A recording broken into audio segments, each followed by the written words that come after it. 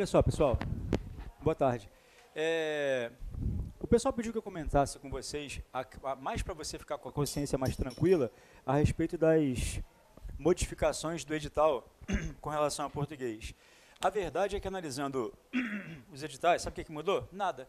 Não mudou nada. A questão é que eles só mudam a nomenclatura. Então, quando você passa um olhar leigo por um edital, alguns podem ter a impressão de que alguns editais são maiores que outros. Vou te explicar um detalhe, tá? Suponha que algumas bancas coloquem assim, ó, vão cair as classes gramaticais, tá? Tá baixo o som? Vão cair as classes gramaticais. Aí quando ele fala que vão cair as classes gramaticais, a pessoa leiga lê apenas lá, classes gramaticais. Poxa, se o assunto é classes gramaticais, deve ser uma coisa pequenininha. Na cabeça do leigo é assim, né? Algumas outras bancas, em vez de falar classes gramaticais, fala assim, estudo das classes gramaticais. Opa, já cresceu. Já acham que é maior porque botou estudo das, entendeu? Outras bancas, em vez de falar estudo das classes gramaticais, sabe o que eles fazem? Especificam quais são as 10 classes gramaticais. Substantivo, pronome, verbo, numeral. Aí o trouxa, nossa, esse é grande. Então eles acham que assim, a diferença está na distribuição disso aí. É como se eu dissesse para você, olha, na história vai cair só o período... Para com isso, para. Vai cair o período neoclássico. Ele bota assim, na história o cara vai cair Idade Média. Pô, Idade Média, duas palavrinhas só, Idade Média, então é pequenininho. Ou seja, tudo que você vai perceber é que é só uma alteração na nomenclatura. Só que me surpreendeu foi que aumentou muito a bibliografia, não foi? A bibliografia cresceu pra caramba, né? Só que daquela bibliografia ali, só há 2 livros de fato que são relevantes para você, caso você queira comprá-los, que se mantiveram os mesmos da prova passada, e eu repito o meu conselho. Vale a pena dar uma comprada e ler aquela droga lá. 2 livros que não são dos mais divertidos, mas também não são difíceis de ler. E aí o cara tende a colocar uma questão de cada. Naquele padrão que eu acho de uma covardia insana. O cara que vai organizar o seu concurso, ele pega o livro, faz assim, aí pega a página 37. Aí ele pega uma frase lá, em que está escrito assim, tá? Os desvios gramaticais mais frequentes na língua portuguesa são os desvios de concordância verbal. Cara, eu juro, ele pega esta frase e bota assim, os desvios de língua portuguesa mais frequentes são os de, aí ele deixa uma lacuna e você tem que preencher. Ou seja, é muita sacanagem isso, né? O cara que formulou aquela questão não sabia isso, mas ele quer que você saiba, entendeu? Então, é uma questão que conta com profunda sorte ou memória fotográfica, concorda? Por isso que gabaritar a prova de português é uma tarefa meio árdua ali, entendeu? As de gramática são bem feitas, as de sintaxe são ótimas, as de acentuação gráfica, as de interpretação, mas essas questões de fragmentos de texto, eles fazem isso já há 4 anos já, né? Tá estranho, né? Não tá o som. Henrique, você está me ouvindo, Henrique? O som tá baixo. Eu acho que será que aqui mudou alguma coisa aí? Melhorou? Aí olha só. Então, basicamente vai ser isso. Eles vão manter o mesmo edital com algumas alterações que parecerão significativas, mas que de fato não o serão, entendeu? Mas eu vou comentar com você aqui, tá? O que eu recomendo é que você, da relação de 37.512 livros que eles colocaram aqui, há 2 que você de fato precisa ter, tá? Porque os demais giram em torno de si mesmos. Por exemplo, ele me recomenda que você compre um dicionário. Você vai decorar o dicionário? Não, né? Pode cair na prova uma questão de uma palavra que você nunca viu na vida, o cara pode pedir o significado? Pode. Mas até hoje, sempre que eles fizeram isso, você conseguiria responder a questão pelo contexto, entendeu? Então ele não chega lá e pergunta assim para você, o que significa nefelibata, entendeu? É sacanagem isso, né? Ele fala a palavra nefelibata transcrita do texto. Se você volta ao texto, uma pessoa inteligente como você, consegue pelo menos descartar algumas 2 opções lá, entendeu? Então se eu falo para você, ó, perfidioso, se eu falo perfidioso, é sacanagem perguntar o que significa perfidioso, concorda? Agora, se eu falo que Judas teve um comportamento perfidioso com Cristo, dá uma ajudada, não dá?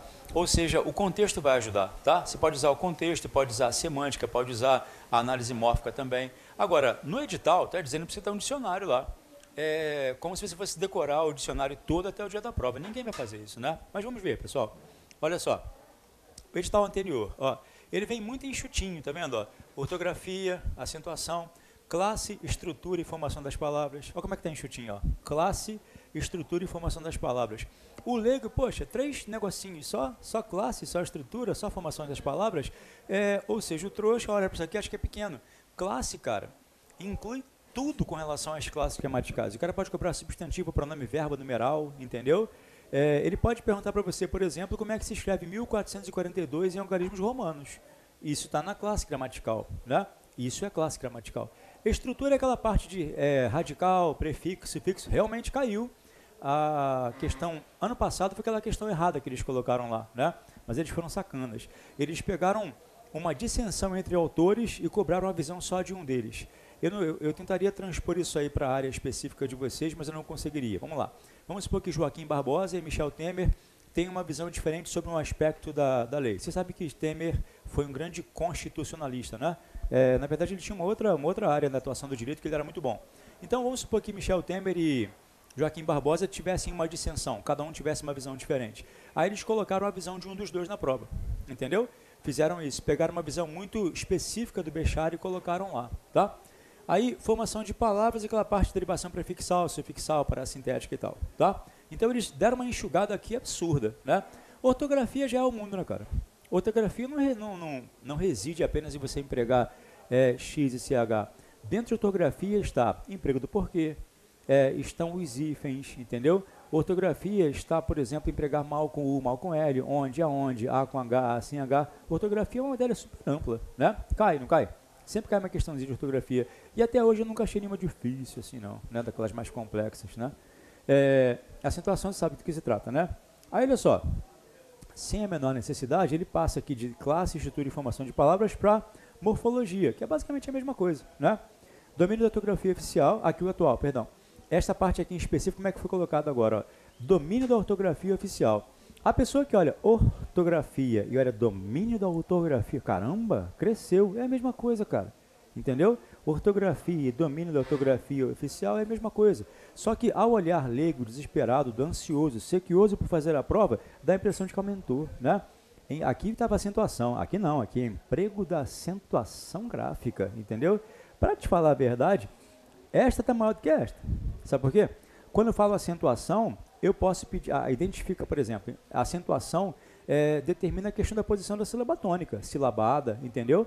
Ou seja, toda palavra tem acento. Toda palavra tem acento. Nem todas têm acento gráfico. Esta aqui até reduziu o emprego da acentuação gráfica. Ou seja, quando é que você emprega acento agudo, circunflexo e tal. Entendeu? Tecnicamente aqui está até maior do que aqui. Aqui está mais especificado, né? Colocação dos pronomes átonos. Próclise, mesóclise e ênclise. A gente fala bastante sobre isso aqui. Apesar de não ser tecnicamente a matéria que eu estou explicando neste momento, quando propõe a você a transformação dos objetos diretos em pronomes, aquela coisa de lolá, loslás, noná, nosnás, isso é a colocação dos pronomes átonos, tá? É aquela parte de próclise, mesóclise, ênclise e tal, tá legal? Olha só, no anterior como é que estava a sintaxe e agora como é que está? Ó, a oração e seus termos, morfossintaxe. Deram uma vacilada aqui porque isso não é morfossintaxe, né? A oração e seus termos é só sintaxe, não é morfossintaxe. Morfossintaxe é pegar o seu nome, qual é o seu nome, perdão? Kátia chegou. Se alguém pede a classe gramatical de Kátia, é substantivo. Se alguém pede a função sintática, é sujeito. Falar que Kátia é um substantivo que desempenha a função sintática de sujeito, aí é morfossintaxe, entendeu? Morfossintaxe é quando a banca quer que você diga a classe e a função da palavra ao mesmo tempo, tá? Isso é morfossintaxe, que não tem nada a ver com a oração e seus termos, né? Deram uma vacilada aqui. Concordância verbal e nominal. Regência verbal, regência nominal e emprego de crase. É engraçado que assim, cara, eu sou a pessoa menos preocupada com erros de português dos outros. Eu não reparo quem fala errado, quem escreve errado. Juro, essas coisas não me incomodam. O que eu não entendo é erro de português num edital de português, entendeu? Erro de português numa prova de português. Eu acho estranho, né? 2 erros já aqui. Concordância verbal e nominal, não. Concordâncias verbal e nominal, entendeu? Quando eu falo concordância verbal e nominal, está errado. Ele poderia colocar concordância verbo-nominal, beleza? Mas não é uma concordância só. Concordâncias verbal e nominal, entendeu? Deram uma vaciladinha aqui, mas não repara não, tá? Regência verbal, regência nominal e emprego de crase. Outra vacilada, não se emprega crase em lugar nenhum, crase não é o acento. Na verdade, tinha que ser apenas crase, entendeu? Quando você fala em emprego de crase, isso faz crescer no seu coração uma impressão que você tem, que eu tinha, que ela tem também, de que crase é o nome do acento. Você não vai empregar crase em lugar nenhum, porque aquele acento se chama grave. Deveria ser emprego do acento grave, entendeu? Crase não é uma coisa que se emprega, crase é uma coisa que acontece. Então, ele poderia falar apenas crase. Da forma que fala em emprego de crase, não parece que crase é o acento? Emprega crase aí. Não se emprega crase em lugar nenhum, entendeu? Sabe o que se caiu na prova há pouco tempo? Você ia errar, fala a verdade. Eles colocaram uma frase assim, ó, fui à festa, com acento indicador de crase lá. Sabe o que o Satanás perguntou? O nome do acento. Perguntaram o nome do acento, cara, todo mundo falou crase. E o acento é grave. Crase é o fenômeno. É como se o acento grave fosse empregado para indicar o que acontece ali, entendeu? Então, o emprego de crase faz crescer a impressão de que crase é o acento, mas crase é o fenômeno, tá? O acento é grave, tá legal? Emprego dos tempos, modos verbais e vozes verbais. Isso não é sintaxe. Mas colocaram aqui, deixa, não repara, tá? Emprego dos tempos, modos verbais e vozes verbais, tecnicamente eu nem deveria explicar isso para você.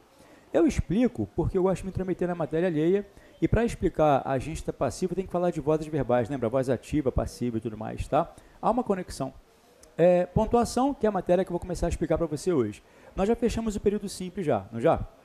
Nós entraríamos em período composto, regência e tudo mais, né? Não entramos ainda não, né? Regência não. Então eu vou fazer o seguinte, ó, vou fazer a pontuação do período simples. Eu adoro fazer pontuação no final de cada um dos períodos, porque quando eu faço a pontuação do período simples, eu finjo que estou explicando pontuação e explico o período simples. Porque, vou te dar um exemplo, tá? Quando eu for explicar a vírgula para você, eu vou falar assim, ó, sempre se emprega a vírgula no vocativo. Quando eu falar sempre se emprega a vírgula no vocativo, eu vou ter que explicar o quê? O vocativo, entendeu? Então acaba sendo uma forma muito boa de você revisar o período simples todo, tá legal? E aí, você sabe que eu faço uns 50 ganchos por aula, né? Quando eu falar para você, emprega-se a vírgula no vocativo, eu vou ter que lembrar para você o que é vocativo, entendeu? Quando eu relembrar o que é vocativo, vou relembrar qual é a figura de linguagem que se associa ao emprego do vocativo.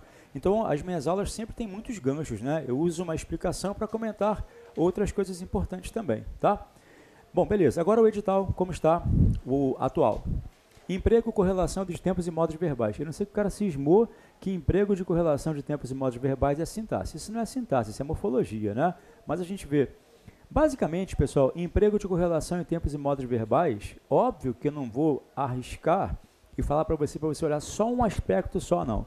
Mas todas as vezes em que as provas cobram emprego de correlação entre tempos e modos verbais, isso é o ápice do macete cara de pau, tá? Não olha disso não, nem olha para cá, tá? Mas a resposta sempre é isto aqui, sempre é. Por que a resposta sempre é SSE-RIA? A banca, quando formula as questões de português, ela formula, tendo como base os erros que você comete no dia a dia, entendeu? Se você comete um erro muito frequentemente, quando você se depara com ele na hora da prova, você tem dificuldade de identificar o erro, tá? Vou mostrar para você qual é o problema e ali no quadro está a solução, tá? Quando o mendigo aborda você na rua e pergunta assim, senhor, você poderia me ceder, por favor, 10 centavos? Você fala assim, senhor mendigo, se eu tivesse, eu te dava. Você não fala assim, se eu tivesse, eu te dava? Se eu tivesse, eu te dava é uma contraposição às normas de correlação de tempos e modos verbais. O certo não é se eu tivesse, eu te dava. O certo é se eu tivesse, eu te daria. Entendeu? Então, a correlação entre tempos e modos verbais determina que o pretérito imperfeito do subjuntivo se correlacione com o futuro do pretérito do indicativo. Dá um ódio quando fala assim, não dá? É como se eu soubesse que droga é esse de subjuntivo e indicativo. Então faz assim, ó, SSE-RIA, não é mais fácil? Pretérito imperfeito do subjuntivo associado ao futuro do pretérito do indicativo, tá? Repara como o seu coração já absorveu isso, quer ver? Eu vou errar, você me corrige, tá? Você pede que eu conte um segredo. Poxa, se eu soubesse, eu falava. Se eu soubesse, eu falava, tá errado, não tá? Se eu soubesse, eu falaria. É isso que a banca quer de você. Que você correlacione adequadamente o pretérito imperfeito do subjuntivo ao futuro do pretérito. Professor, só cai isso? Só cai isso. Sabe por quê? Porque os demais você não erra. Você fala assim, pô, se eu estudasse, eu passei. Você não ia falar isso, né? Cara, eu acho que se eu comer, eu engordaria. Repara que você não erra os demais. A única vez que você erra no bate-papo diário é quando você associa o imperfeito ao pretérito perfeito. E você fala assim, cara, se eu não comesse tanto, eu não engordava. Se eu não comesse tanto, eu não engordava, está errado. Se eu não comesse tanto, eu não engordaria. Entendeu? É essa correlação entre tempos e modos verbais que é a mais frequentemente cobrada, tá? Você tem uma missão hoje à noite, não tem? Fazer questões? Uma dica. Pega este assunto, correlação de tempos e modos verbais da Fundação Carlos Chagas hoje à noite. É a banca que mais cobra esse assunto, é a que mais cobra. Você perceberá que a resposta sempre é SSE-RIA. A correlação entre tempos e modos verbais adequada está sempre ali, tá? Se eu me dedicasse, eu passava. Não, se eu me dedicasse, eu passava, não. Se eu me dedicasse, eu passaria. Basicamente é isso que é a correlação entre tempos e modos verbais, tá? Repito, essa é a que mais cai porque essa é a única que você fala errado no dia a dia, entendeu? Domínio da estrutura morfossintática do período. Mais uma vez, para que botar morfo na sintaxe, entendeu? Mas foi o que eu falei da Kátia. O que é dominar a estrutura morfossintática do período? Saber que se me perguntarem a classe gramatical, eu tenho que falar substantivo, pronome, verbo ou numeral. Se perguntarem a função sintática, sujeito, objeto direto, objeto indireto, por aí vai, tá? Isso é morfossintaxe, tá legal? Relações de coordenação entre orações e entre termos da oração. Orações coordenadas, lembra? Sindética, assindética, tá? E entre termos, eu achei interessante isso, coordenação entre termos. Quando dois termos estão coordenados, eles têm a mesma função sintática. Você comprou chocolate e bala. Esse chocolate e bala estão coordenados, têm a mesma função sintática, entendeu? É bem tranquilo mesmo. Relações de subordinação entre orações e termos da oração. Aqui é oração subordinada e tudo mais, tá? Emprego dos sinais de pontuação, concordância verbal e nominal, não aprenderam a escrever. Emprego do sinal de... agora sim, emprego do sinal indicativo de crase. Não emprego da crase, entendeu? Emprego do sinal indicativo de crase, que é o acento grave. O edital novo aprendeu, tá legal? Olha só, aqui, onde é que tá? Reescritura de frases e parágrafos do texto. Esta matéria é um inferno. Os alunos querem que eu explique reescritura no primeiro dia de aula. Sabe o que é reescritura? É tudo. Reescritura é tudo. Reescritura é exatamente o que o nome diz. Reescritura. Ele pega uma frase e propõe a você uma reescritura, tá? É uma questão que cobra paráfrase. O que é uma reescritura? Reescrever uma frase mantendo o mesmo sentido e a correção gramatical. Você tem que estar atento ao sentido e à correção gramatical. Muitas vezes, o que ele faz? Ele faz uma reescritura que mantém o sentido, mas não a correção gramatical, que é a que mais sacaneia as pessoas. Ele troca, claro que não estou idiota assim, nós vamos por a gente vamos. Entendeu? Você há de convir que nós vamos e a gente vamos tem o mesmo sentido, não tem? O sentido é o mesmo, só que a gramática vacilou, não foi? O que ele faz então? A armadilha é sempre a mesma. Nessas questões de reescritura de frases, que é um assunto que todas as bancas gostam de cobrar, eles fazem o seguinte, pega uma frase original, o homem se dispusera a ajudar a mulher em suas dificuldades e propõe uma reescritura dessa frase. O que ele faz? Ele faz 5 reescrituras dessa frase, tá? Para quebrar seu galho, ele bota 2 reescrituras em que, obviamente, ele altera o sentido. Aí você não marca nenhuma dessas 2. Mas das 3 opções que enlouquecem você, é perceptível que ele mantém o mesmo sentido da frase original. Só que o que ele faz? Insere um errinho de português muito sutil aqui, outro aqui, entendeu? Para você não notar, entendeu? Outro dia, e outra coisa que eu acho interessante, é que eles usam um recurso que eu acho muito covarde, mas eu prefiro que caia para só você acertar, que é modificar uma coisa, entendeu? Para você prestar atenção àquela modificação e fazer uma outra modificação mais sutil aqui. A primeira modificação que ele faz, você nota, modificou, mas tudo bem, mantém o mesmo sentido. Aí insere um errinho muito sutil aqui, tá? Na minha experiência, eu já sei quais são os errinhos que eles vão enfiar lá. Então, na nossa aula de reescritura, que provavelmente vai ser a última aula da vida de vocês comigo, entendeu? Depois só oficiais só, eu vou fazer comentários sobre reescritura, porque é uma revisão de tudo, entendeu? A gente tem que rever um pouquinho de crase, de concordância e tudo mais, tá legal? Frases e parágrafos, né? A mesma coisa. A única diferença é que a frase é mais curtinha e o parágrafo vai ser enorme, né? Há uma banca chamada Exaf, que ela faz muito isso. Ela bota questões de reescritura de parágrafos, cara. Ele pega um parágrafo enorme, aí bota mais 5 parágrafos e pergunta qual deles mantém a reescritura do original. Tem que ter o mesmo sentido e nenhum desvio gramatical. Dá um trabalho danado. A Exaf faz uma outra questão pavorosa. Eles pegam um texto qualquer da vida e desordenam os parágrafos, entendeu? O 3 bota no 1, já viu já? Aí pedem a você, ó, se vira aí e ordena essa droga, entendeu? Aí eles mandam você... É um exercício que eu faço com os meus alunos quando eu dou aula de redação. Eu mando fazer 10 questões daquelas. O aluno vai pegando uma noção, parece impossível, mas não é não. Vou te dar um exemplo, tá? Se você pega um parágrafo assim, ó, esse problema, no entanto, você já nota que ele não pode ser o primeiro. Reparou? Esse problema, no entanto, quando o cara fala esse problema, no entanto, já está claro que ele faz menção a um problema que já fora citado. Com isso, você já conclui que aquele não é o parágrafo inicial. Entendeu? Então, já não é tão difícil quanto parece, tá? É uma matéria legal, você vai achar divertido. Substituição de palavras ou de trechos do texto. Eu não sei por que eles colocaram o 15 e 16 se é tudo a mesma coisa. Isso não é a mesma coisa.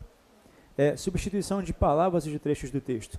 A substituição de palavras ou trechos é a reescritura, concorda? Então, ele só quis dar uma especificada, mas basicamente é a mesma coisa, tá? Eu só acho meio sacana essa substituição de uma palavra por outra quando você não conhece uma das duas, entendeu? Mas aí você vai usar o contexto, né, para tentar ajudar. Compreensão e interpretação de texto é o que menos cai na prova, proporcionalmente, a cada 10 questões cai uma ou cai em duas de interpretação, mas o trouxa vai sempre falar que cai muita interpretação. Por quê? Professor, eu sou trouxa, tudo bem, eu entendo. Por que as pessoas acham que cai muita interpretação? O trouxa não consegue diferenciar, nem que Jesus ajude, a diferença entre uma questão de interpretação de texto com uma questão que cita o texto, cara. Entendeu? Quando o cara pede a você que determine a que classe gramatical pertence a palavra jacaré, o cara acha que isso é gramática. Mas na prova o cara fala assim, determine a classe gramatical de jacaré que está presente na linha 3 do texto, ele acha que é interpretação de texto. Entendeu? Eu juro que é isso que acontece. Veja como é que você, meu orgulho, escuta o enunciado, como é que o trouxa escuta, tá? Você, meu orgulho, ouvirá o enunciado assim, ó. O acento indicativo de crase, empregado na locução adverbial, presente na linha 3 do texto, você ouviu crase, ouviu locução adverbial, o trouxa só escutou quando eu falei o quê? Texto. Aí ele fala que isso é interpretação de texto. Por isso que ele sai falando que só cai interpretação de texto, porque todas vão citar o texto. Citar o texto não é interpretação de texto, tá? Aí, vou mostrar a você agora aqui esses conceitos estranhos que ele coloca aqui e explicar para você basicamente tudo. Dá para explicar tudo agora batendo papo. Sério, sem usar caderno. Todas são coisas fáceis. Quer ver? Ó? O texto, o vocabulário e a construção de sentidos. Coerência e coesão. Coerência e coesão. Coerência eu chamo de sustentabilidade interparagrafal. Vou te explicar. Se o texto tem uma tese no início, todos os parágrafos que surgem devem comprovar essa tese. Entendeu? Então, para ser coerente, ele tem que ter uma sequência de argumentos que comprovem uma tese inicial. Então, eu vou cometer uma incoerência para você perceber, tá? É muito importante que os alunos se privem de vida social para que possam se dedicar de forma adequada ao estudo, entendeu? Durante a semana, é necessário que as pessoas vão ao cinema e encontrem uns amigos para que haja um melhor aprendizado da matéria. Isso é incoerente, cara. Eu falei uma coisa e depois eu disse outra, entendeu? Isso é falta de coerência. Entendeu o que é incoerência? Incoerência é quando as frases, os parágrafos ou as ideias presentes entram em colisão consigo. Ou seja, se eu fiz uma afirmação, é importante que eu tenha na sequência elementos coerentes, né? que confirmem aquilo que eu falei. Se eu digo para você o seguinte, olha só, preste atenção. A desigualdade social é um agente causador de violência em várias regiões. As pessoas desprovidas de condições mínimas de subsistência, quando honestas, não se entregam à criminalidade. Ainda que tenham sido dois argumentos muito legais, eles são contrapostos, cara. Em um caso eu falei que a desigualdade causa o crime, no outro eu falei que a desigualdade não justifica o crime. Você entendeu?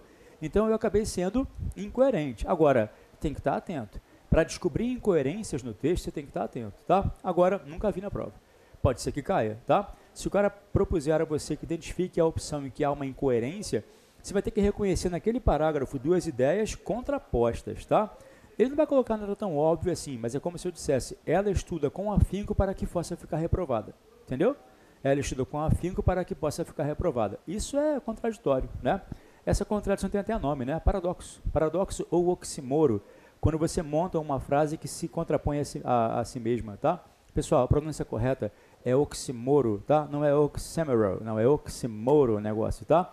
Oxímoro é a mesma coisa que paradoxo. É quando você diz, por exemplo, sois anjo que me tenta e não me guarda.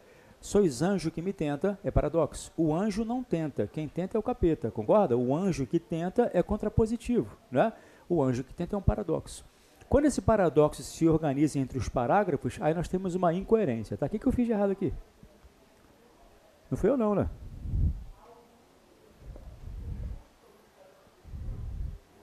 Tá igual o dia da live lá. Estavam assistindo a live aquele dia que alguém começou, a live começou a mexer? Foi você? Quem era, Fernanda? Tá aqui a Fernanda? Cara, a menina existe, cara. Ela falou comigo depois, pediu desculpa. Eu estava fazendo a live, explicando as coisas. Aí eu ficava olhando o simulado que eu elaborei e comentando com os alunos. Daqui a pouco começou a ficar tudo amarelo. Eu falava as coisas, iam aparecendo as coisas. Eu falei, cara, tem um fantasma aqui dentro. Eu não sei o que eu arrumei, que eu possibilitei as pessoas que tinham acesso ao material eu possibilitei às pessoas que elas editassem o material. Então a menina fazia isso no dela e aparecia no meu, mas na hora, assim, você imagina, o negócio está escrito ali, aí eu começava a ficar amarelo, apareciam acentos bizarros, assim, do nada, cara. E começou a travar direto a live, reparou? Deram várias razões para aquilo. Muita gente assistindo ao mesmo tempo, e o pessoal fica mandando coraçãozinho, cara. Sério, aqueles coraçõezinhos travam a live, sabia? Eu não sabia. Alguém me falou, se o pessoal começa a mandar um coraçãozinho direto ali, esses coraçõezinhos vão travando a live, entendeu? Eu não sabia disso, não. Aquele dia também a internet do mundo estava ruim, né? Todos estavam meio travados assim. Aí acabou que lá só ficou a correção das últimas 5 questões, né? Eu não consegui fazer toda, não. Bom, olha só. Eu vou fazer depois, eu quero muito ver com vocês resoluções de provas anteriores da banca nova. É IDIB, né? O nome? IDIB, Gibbers. Eu já dei uma olhadinha nas questões já, são boas as questões boas para nós, tá? Para mim e para vocês. Questões boas são questões difíceis com resposta. Isso é uma questão boa, tá? Porque é uma questão difícil a ponto de nossos concorrentes não conseguir fazê-la e uma questão boa porque ela tem resposta, entendeu? Aí eu queria marcar um dia só para correção de provas anteriores só, dessa banca aí, tá? Bom, olha só. Coesão, ela se estabelece de 2 formas. Existe a coesão referencial, que é aquela... Oi? Não é isso não, cara. Não é isso não. Alguma coisa que eles mexeram aí não ficou legal. Com relação à coesão, você tem 2 tipos de coesão. A coesão que é estabelecida pelas conjunções, que nós veremos nas orações e tudo mais, ou a coesão referencial, que é aquela em que você evita a repetição de termos. Por exemplo, ó, a violência cresce a cada dia e pouco se faz para conter a violência. Eu não cometi aí nenhum desvio gramatical. Quando eu falo para você, a violência cresce a cada dia e pouco se faz para conter a violência, eu não cometi nenhum desvio gramatical. Mas ficou feio, não ficou? Isso se chama falta de coesão referencial. Quando você comete isso numa redação, você perde pontos. A banca, quando tira os seus pontos, diz: o aluno demonstra não ter conhecimento dos recursos de coesão referencial. Traduzindo, ele não sabe o que fazer para evitar que as palavras se repitam. Entendeu? Aí se você diz, a violência cresce a cada dia e nada se faz para contê-la, este lá é um elemento de coesão referencial, porque ele evita que a violência se repita. Entendeu? Beleza? Engraçado que nas redações isso acrescenta pontos, né? Eu peguei uma redação de uma menina do Enem que tirou a nota máxima e era perceptível, cara, que o professor aconselhara a menina que fizesse constantes menções a coisas que ela mesma já tinha dito, entendeu? Para que ela fosse forçada a empregar elementos de coesão textual. Porque empregar elementos de coesão textual dentro de um texto corresponde a 40% da pontuação. Então o que ela fazia? Ela falava violência 3 vezes no mesmo parágrafo, sem usar a palavra violência. Ela colocava vários recursos, hiperonímia, que eu vou explicar o que é, colocava pronomes, entendeu? Com isso ela ganhou pontos à beça. Quem tem certa experiência percebe que era uma coisa calculada, sabe? Você olhava e percebia que ela fazia muito isso. A desigualdade se estabelece em nosso país e nada se faz para conter esse problema de forma que jamais, entendeu? Esse problema e menção que já fora citado e tal, tá? São recursos de coesão. Quando eu dou aula de redação para os meus alunos, eu também ensino o método da tautologia, que é basicamente falar a mesma coisa, invertendo a relação de causa e efeito. Sabe que eu fazia isso na escola quando eu era aluno, sem saber o que estava fazendo? Depois que eu fui dar aula, que eu descobri que era um método que eu já usava. Eu só sabia uma coisa, e tirava 10, sabendo uma coisa só. Porque eu falava aquela coisa 10 vezes, entendeu? Só ia trocando os recursos vocabulares. E se você não prestar atenção, você tem a impressão de que o aluno é muito coerente. Ele fala assim para você, ó, por exemplo, a desigualdade social é o principal agente motivador da violência nas sociedades. Ponto. Não se pode conter o avanço da criminalidade enquanto houver uma estratificação social tão perceptível. Eu falei a mesma coisa, entendeu? Apenas sociedades que se propuseram a estabelecer um menor distanciamento entre ricos e pobres viram os índices de violência decair gradativamente. Eu falei a mesma coisa de novo. Então você fala a mesma coisa várias vezes, entendeu? Isso é tautologia. Isso é uma técnica muito legal de enrolar o corretor, né? Cara, eu falo com os alunos, se você fizesse uma redação, 9 em cada 10 corretores não perceberão e vão achar você a pessoa mais coerente do universo. Vou te dar 10 ainda. Se um corretor perceber, eles dão 9,5, entendeu? Porque ele vai perceber que você foi tautológico ali, entendeu? É uma redundância. Ele tira 9,5 só. De 10 pontos, ele tira meio e fica com 9,5 ali, geralmente, tá? Olha só, então coerência, relação de sentido entre os parágrafos. Coesão é evitar repetições vocabulares ou empregar conectores adequados, tá? Veremos tudo isso depois. Tecnicamente não veremos nada porque eu não trabalho com interpretação, mas quando eu for fazer com você a interpretação das provas anteriores, eu comento com vocês, tá? Fenômenos semânticos. Algum nome aqui você não conhece? Metáfora, metonímia, sinonímia, antonímia, eufemismo, hiponímia, hiperonímia, ambiguidade, vaguidade, polissemia, homonímia e paráfrase. Paráfrase, talvez você não conheça. Paráfrase é a mesma coisa que reescritura, mesma coisa, tá? Você lembra uma frase maravilhosa de Machado de Assis. Machado de Assis tem um contraditado que eu acho ótimo. Vocês conhecem o ditado, a ocasião faz o ladrão? Há um ditado, né? Esse ditado é tão velho, mas tão velho, que Machado de Assis fez um contraditado para esse ditado. Ele falou o seguinte, a ocasião faz o roubo, o ladrão já nasce feito. Machado de Assis fez um contraditado há milênios para isso, né? Exemplo, a carteira da colega cai no chão. Você pega e devolve, concorda? O que prova que a ocasião faz o roubo, o ladrão já nasce feito. Era uma ocasião e você não roubou, entendeu?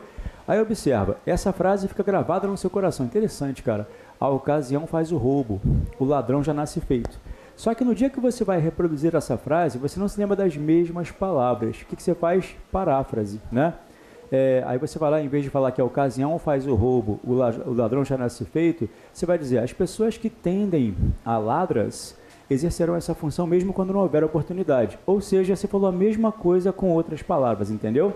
Isso é paráfrase. Reescritura, tá legal? Paráfrase tem que manter o mesmo sentido, mas com outras palavras, tá? É um pouquinho diferente de paródia que eles não colocaram aqui, né? A paródia é quando você sacaneia o texto original. Aquele filme Todo Mundo em Pânico, já viu? Todo Mundo em Pânico? Todo Mundo em Pânico é uma paródia. Tanto a paráfrase quanto a paródia, aquele para ali na frente, determina que há uma relação entre eles. Tanto a paráfrase quanto a paródia tem que deixar entrever o texto original. Ou seja, quando você olha, você tem que perceber o texto original. Quando você faz uma paráfrase num texto, é importante que você seja honesto e diga, parafraseando Machado de Assis, blá blá blá. Entendeu? Ou então, já dizia Machado de Assis que, aí você vai lá e parafraseia. Professor, e se eu copiar com as mesmas palavras dele? Aí já não é paráfrase, aí é citação. Entendeu? Aspas, bonitinho lá, tá?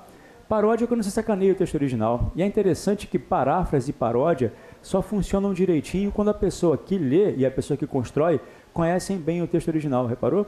Quando você assiste ao filme Todo Mundo em Pânico, acontece uma coisa engraçada. Há umas partes muito engraçadas, já viu? E há umas partes que não tem graça nenhuma. E é interessante que se você assiste aquele filme no cinema, por exemplo, você percebe que as pessoas riem de algumas coisas que você não está rindo.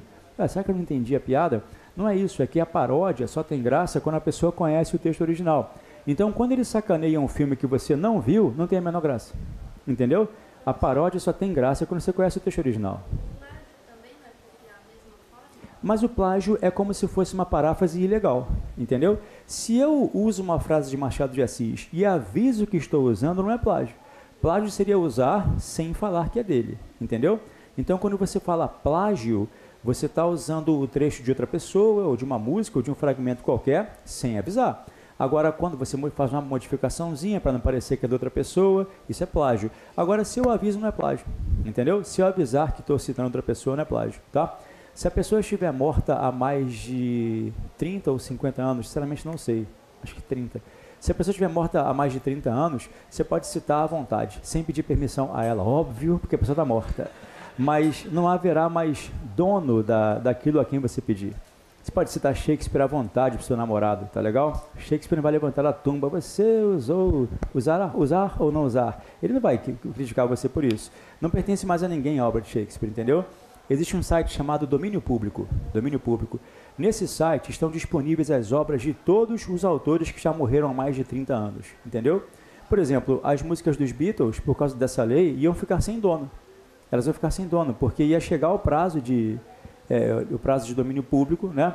O que o Michael Jackson fez? Foi lá e comprou. Então, as músicas dos Beatles pertenciam ao Michael Jackson, entendeu?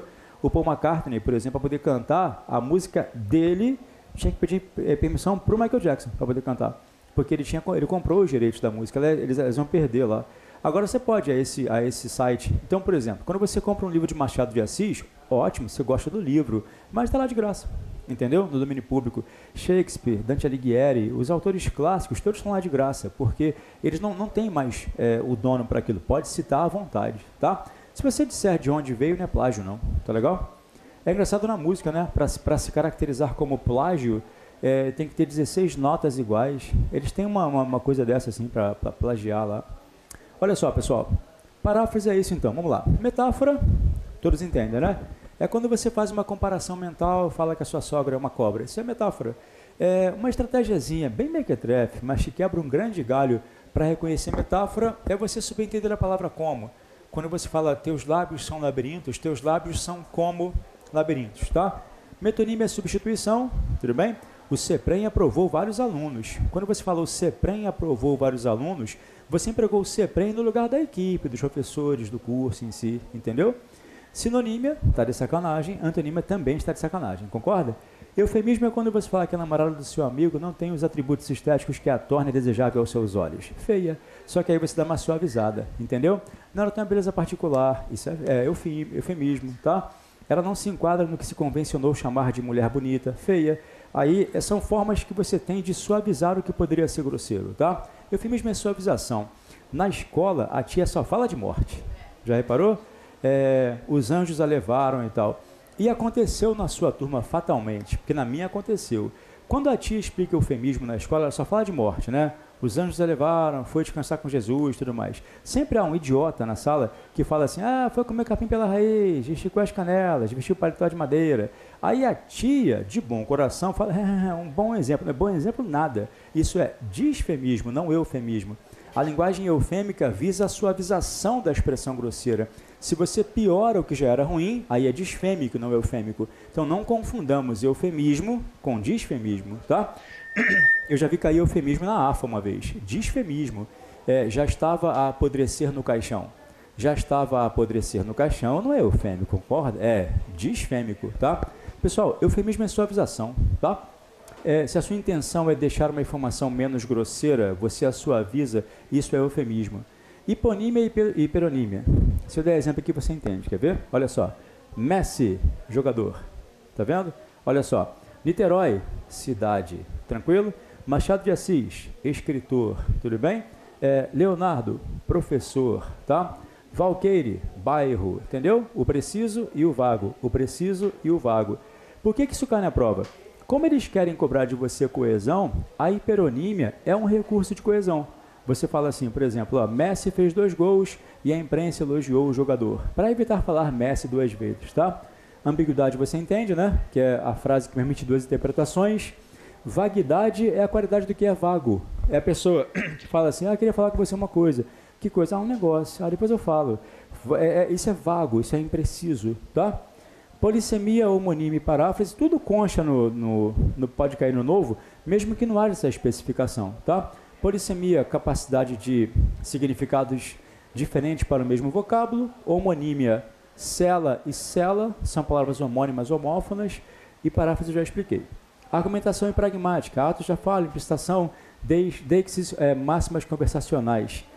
Essa droga aqui, complicadinho, né? Função deítica ou díctica, são referências a elementos externos ao texto, tá? Quando eu pegar o texto com você, eu explico melhor. Olha só, diversidade linguística são as variações, preconceito linguístico, que está indicado no edital. O livro, inclusive, está indicado no edital, tá? Essa variação linguística aqui, o cara pode pedir a você que explique o que faz esta menina falar diferente de você, por exemplo. Há distinções no modo de falar. Vamos supor que você seja rica e ele pobre. Já vai ser um fator de distinção linguística. O fato de você ser mulher e ele homem também já é um fator já, entendeu? A idade pode comprometer, a região onde vocês moram. Aí tem variação diatópica, variação diafásica, diastrática, entendeu? São os elementos que determinam por que as pessoas falam diferente umas das outras, tá? A variação diafásica aborda, entre alguns aspectos, a diferença entre homens e mulheres. Isso interfere na linguagem, tá? Homens e mulheres falam diferente? Falam. As mulheres falam em média 8 vezes mais que o homem durante o dia. Para cada palavra que você usa, ela usa 8, entendeu? Observa, em média, as mulheres falam 8 vezes mais do que os homens. Isso dá às mulheres maior recurso vocabular, vocês têm vocabulário melhor, vocês se expressam melhor. Isso faz vocês morrerem menos do coração, sabia? Porque isso faz com que você tenha um processo psicanalítico chamado de catarse. Você expurga aquilo que, né, incomoda você. Os caras não. A gente fala, a gente se entendeu já. Eu falei um parágrafo inteiro, eles entenderam o que eu quis dizer, entendeu? Agora as mulheres são mais expressivas, né? E aí essa expressividade dota vocês de um vocabulário melhor. Nós temos um vocabulário mais reduzido, a gente fala entendeu? Para nós é uma comunicação já. Então o que acontece? Essa variação diafásica, diastrática, essas variações que surgem. Veja como é que as mesmas coisas vão cair agora aqui. Ó, compreensão e interpretação de textos de gêneros variados. Reconhecimento de tipos e gêneros textuais. Narração, dissertação, descrição, né? Domínio dos mecanismos de coesão textual. Já tinha sido citado, apareceu aqui com domínio, entendeu? Emprego de elementos de referenciação, substituição e repetição de conectores e outros elementos de sequenciação textual. Estas duas partes aqui, lá constavam como coesão. Então, parece que aumentou para caramba, mas é a mesma coisa, entendeu? Aqui a coesão trata dos recursos de que você se vale para evitar uma repetição, não é isso? Aqui ele especificou quais são os recursos. Ó. Quando você não quer que uma palavrinha se repita, você usa substituição, pode usar repetição, conectores, elementos de sequenciação textual, que são as conjunções, tá? Então, a número 6 está aqui, ó, coesão e coerência. É a mesma coisa. Análise do discurso, pressupostos subentendidos e implícitos. Análise do discurso pode ser discurso direto e indireto, que é tipo de discurso também. Agora, pressupostos subentendidos e implícitos, isso é inferência. Eles não podem abusar de inferência, sabia? Se eles botam... Vocês viram a prova da RM2 do ano passado? Eles colocaram uma poesia e perguntaram o que a poetisa quisera dizer como um verso específico, né? A própria poetisa soube que aquilo caíra numa prova e ela falou que todas as respostas estavam corretas. Aí a banca teve a lucidez de anular a questão, entendeu? Por isso que é uma bobagem você cobrar pressupostos subentendidos e implícitos. É muita sacanagem. Aconteceu com o Nando Reis também, né? Colocaram a música do Nando Reis. Acontecera já há muitos anos com Carlos Drummond de Andrade também, mas aí deram um azar absurdo, não havia internet na época, e o garoto que fez o vestibular era vizinho do Drummond. O vestibular falou uma coisa, ele falou outra. Ele foi lá, bateu a porta do cara. Seu Drummond, faz favor, o que você quis dizer aqui com esse verso aqui? Ó? Aí Drummond deu razão pro rapaz. A banca teve que anular a questão, né? Deu sorte, né? As bancas tinham que colocar só autor morto, né? Que aí não haveria esse problema. Mas aí de não, que botar Nando Reis. Aí colocaram uma poetisa, eu não sei qual é, mas uma poesia bem simplesinha. Você não pode perguntar, cara, o que Camões quis dizer quando falou que o amor é um fogo que arde sem se ver. Entendeu? Eu tive uma interpretação dessa poesia na faculdade que eu achei magnífico, achei espetacular. Mas o professor falou, maravilhoso professor, cara, de literatura portuguesa, claro, para quem gosta, né? Ele falou depois do final daquela aula maravilhosa em que a gente interpretou, pessoas choraram, tá, maravilhoso. Ele falou assim, cara, hoje foi uma aula de inferência. Eu tentei esgotar todas as impressões que essa poesia pode passar. Mas se eu voltasse 500 anos atrás e falasse, Camões, foi isso que você quis dizer? Ele, não. Poderia acontecer, não poderia? Como é que você vê o que o cara quis dizer? Repara que essa poesia de Camões, o amor é um fogo que arde sem se ver e tudo mais, o que ele basicamente faz em todos os versos é falar o seguinte, ó, o amor é ruim, mas é bom. O amor é ruim, mas é bom. O amor é ruim, mas é bom. Você não fala o tempo todo isso. O amor é um fogo que arde sem se ver. É ferida que dói e não se sente. É um contentamento descontente. É dor que desatina sem doer. Desatina quer dizer enlouquece. Então ele fica o tempo todo falando assim, o amor é bom, mas é ruim. Ele é bom, mas é ruim. Ele é bom, mas ele é bom, mas é ruim. Ele fica o tempo todo assim, né? E aí quando ele fala que o amor é um fogo, ele metaforiza o paradoxo pelo fogo. Porque numa noite fria, o fogo pode aquecer. Mas se colocar a mão, vai queimar. Entendeu a metáfora que ele quereria ter usado aí? Agora, a banca nunca poderá afirmar isso com veemência, porque essa foi a interpretação do professor que me comoveu, convenceu você, mas eu não posso afirmar de fato que foi isso que o cara quis dizer, entendeu? A não ser que ele ponha um pressuposto, né, uma inferência possível e várias absurdas, para você poder marcar só aquela que seria possível mesmo, tá legal? Entendeu? Aí a bibliografia, olha só, o que eu recomendei a vocês que tivessem foi, vou pegar logo o atual, ó, lutar com as palavras, preconceito linguístico, este vale a pena você ter, tá? Este vale a pena você ter, porque é aqui que ele vai fazer aquela sacanagem, entendeu? De abrir o livro aleatoriamente e tirar uma questãozinha lá, tá? Agora, gramática, eu vou te explicar, né? Dicionário. Vou dar uma decoradinha no dicionário aqui. Ó. Você vai decorar o dicionário, né? Manual de semântica, também, cara, se quiser comprar para ter na sua casa, mas eu vou ter que explicar para você o que é semântica e tudo mais.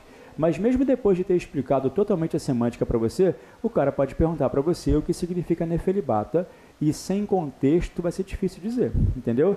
Ou seja, o que eu quero dizer é que mesmo que você decore manual de semântica, você não vai aprender o que significa nefelibata por isso. O que basicamente a semântica vai falar para você é analise o contexto, tá?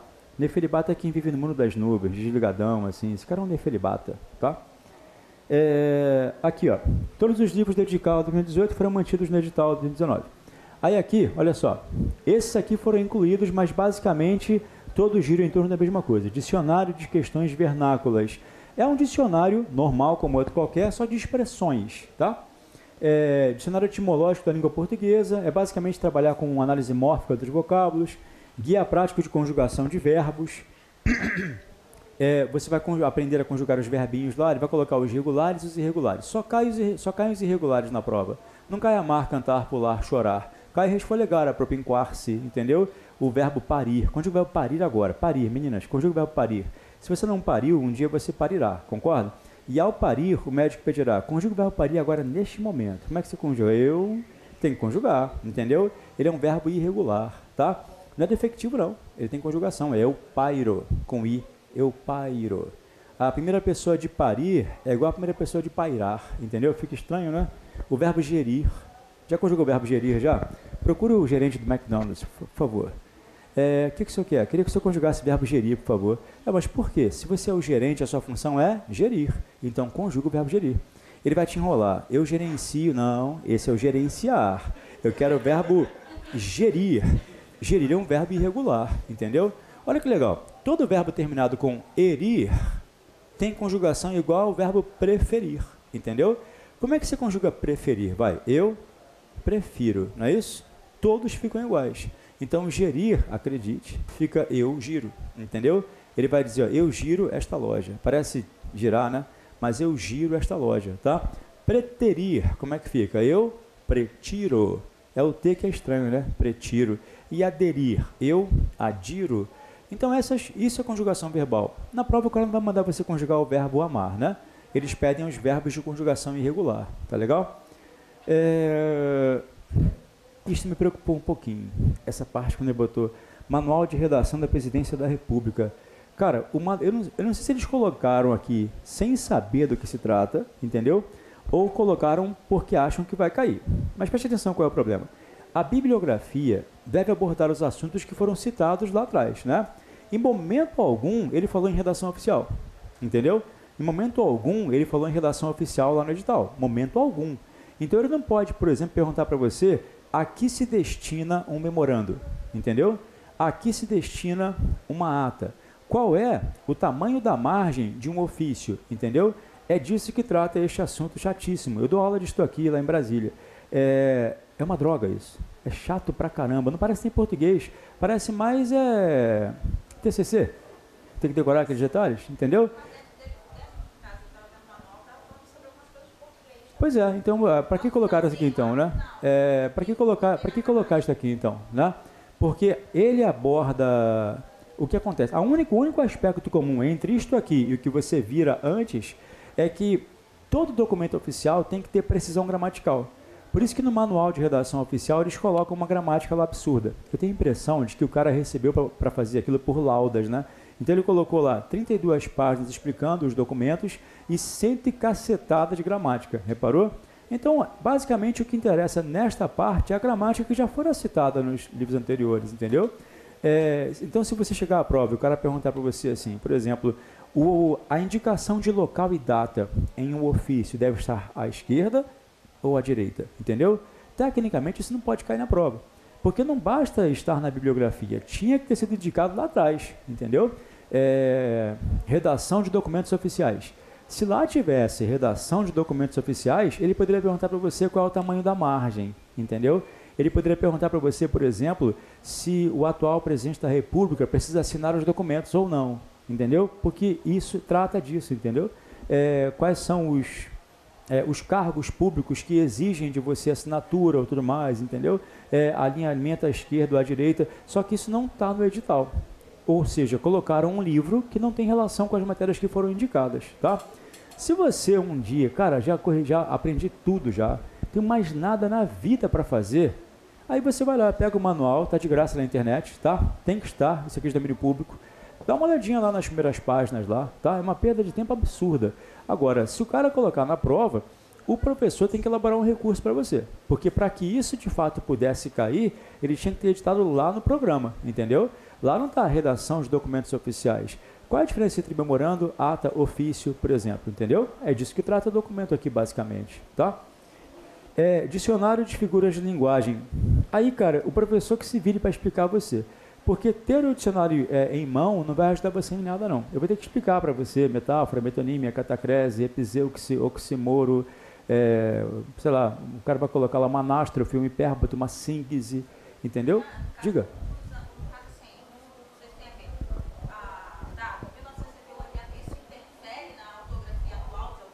Não, não. Porque esses que têm datas antigas assim, tá vendo? Não, de lá para cá não mudou nada, não. Entendeu? Faria diferença se fosse a gramática, né? Porque uma gramática muito antiga, né? Deveria ser pregressa ao novo acordo. Eu não sei se foi o edital da RM2 que cometeu o equívoco de citar a gramática do Bechara diante do novo acordo e dizia que ia cair o novo acordo. Você entende o contraditório disso? O cara citou um livro pré-novo acordo e falou que vai cair o novo acordo, tinha que ter tido cuidado de colocar. Geralmente está assim, sabe por quê? Porque não houve novas edições. O cara acha o livro importante, mas não há novas edições. O cara já morreu, às vezes, entendeu? Aí eles mantêm as edições passadas lá, entendeu? Faz diferença, não. Por exemplo, o dicionário de figuras de linguagem. Não surgiram figuras de linguagem novas nos últimos anos, entendeu? Onde é que está? Livros incluídos no edital 2019, princípios de semântica, etimológica, basicamente a mesma coisa. Dicionário eletrônico WISE da língua portuguesa. Se você conseguir instalar no seu celular, cara, ótimo. Eu tenho o Aurélio no meu, entendeu? Vale a pena dar uma olhadinha. Agora, eu só uso para poder conjugar verbos, para poder saber a origem de um vocábulo qualquer. Porque na prova você pode levar? Não pode, né? Este é muito legal, cara. Usei na faculdade. Comunicação em prosa moderna, para entender o texto. Nada disso aqui você tem que comprar. Teoria semântica. A vírgula. Os alunos ficaram desesperados quando viram que vai cair um livro chamado A Vírgula. Pois é, a vírgula é o que eu vou dar agora, cara. É pontuação. Entendeu? Eu vou explicar toda a pontuação mais a vírgula. Porque a vírgula é o que mais cai, na verdade. Entendeu? Dicionário de regência, olha, são as matérias normais. Dicionário de regência verbal, moderna gramática brasileira, entendeu? Novo guia ortográfico, que é matéria, não é nada que você tenha que ler, será diferente do que eu vou explicar para você, não, tá? Iniciação à semântica, português instrumental, de novo conjugação verbal, a mesma de antes, comunicação na empresa, olha os anos que ele coloca aqui, ó. É porque não faz diferença, né? Aí veja bem, olha só. Só o que me preocupou disso aqui tudo é aquele manual de redação oficial, que eu não entendi o que o cara está fazendo aqui, se ele aborda um assunto que não foi indicado no edital lá de fato, entendeu? Então, acho que você tem que comprar, ele já tem aqui já viram já? Que é o Preconceito Linguístico, do Marcos Bain, dá uma olhadinha lá, tá? E aquele outro que está lá também, eu esqueci o nome. Você dá, aqueles livros é conveniente que você tenha, entendeu? É uma leitura chatinha pra caramba, mas pode cair uma questão. No passado caiu, né? Pegaram uma frase do texto, uma de cada, uma frase de cada uma delas lá. Se você, por exemplo, professor, não vou ler essa droga não, cara. Eu vou aprender português pra caramba, regência, crase, pontuação, clássica, gramatical, interpretação, beleza, cara. Você vai acertar a maioria das questões, entendeu? E aí, se você não tem tempo de ler esses dois livros, você vai, na pior das hipóteses, errar duas questões, entendeu? Na pior das hipóteses. Se você, por acaso, usar o contexto, se o professor comentou com você algum fragmento do livro, pode ser que você acerte também, tá legal? A questão lá, tá?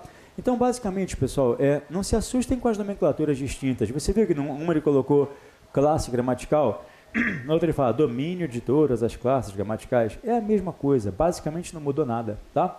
O que eu acho importantíssimo que nós façamos, que nós vamos fazer, é pegar aí tantas quantas possíveis provas anteriores da banca nova e fazer. Aí é bom, tá legal? Eu vou marcar com vocês depois dessa aula aí, tá? Tudo certo então para todos? Beleza? Agora como desliga isso? O manual de redação também é a referência bibliográfica, a referência dele nos novos livros é a maioria que está aí Sim, pois é. Ele meio que copiou, assim. Ele poderia ter simplificado bastante. Tá, quero ferrar você, então vou colocar lá o preconceito linguístico e tal. Botava uma gramática e um dicionário, já seria o suficiente. Eles ficam girando em torno de si mesmos aqui, entendeu? Aí isso é mais para você poder botar depois, eventualmente, se tiver que montar uma bibliografia, ele vai querer te sacanear colocando uma coisa muito específica que está presente em um deles só, entendeu? Parece prova de diplomata. Diplomata que é assim, só o texto indicado é que serve de fato, tá? Sabe desligar aqui, alguém? Só sei desligar aqui, só. Este aqui?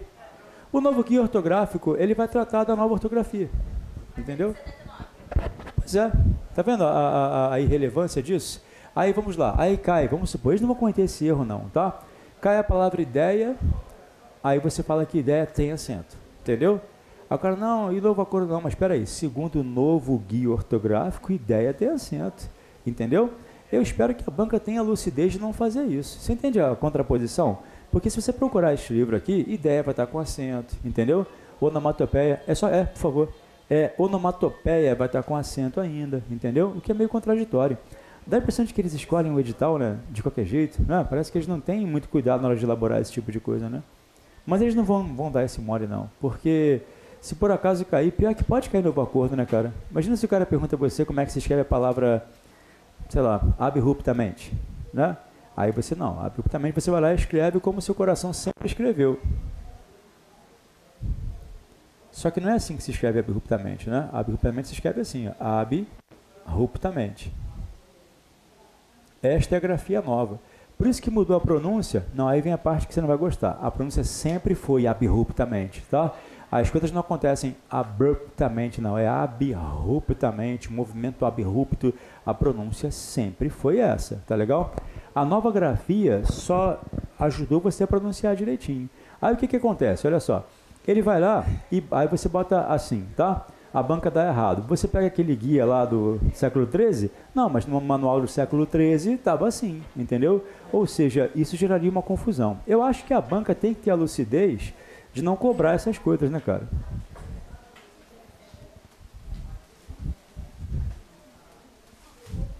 Agora, aqui é contraditório, né? Cobrar uma bibliografia antiga, tendo havido há 12 anos um novo acordo ortográfico, né? E aí, se alguma coisa que foi escrita 13 anos atrás, você já encontra já uma bibliografia diferente lá já, né?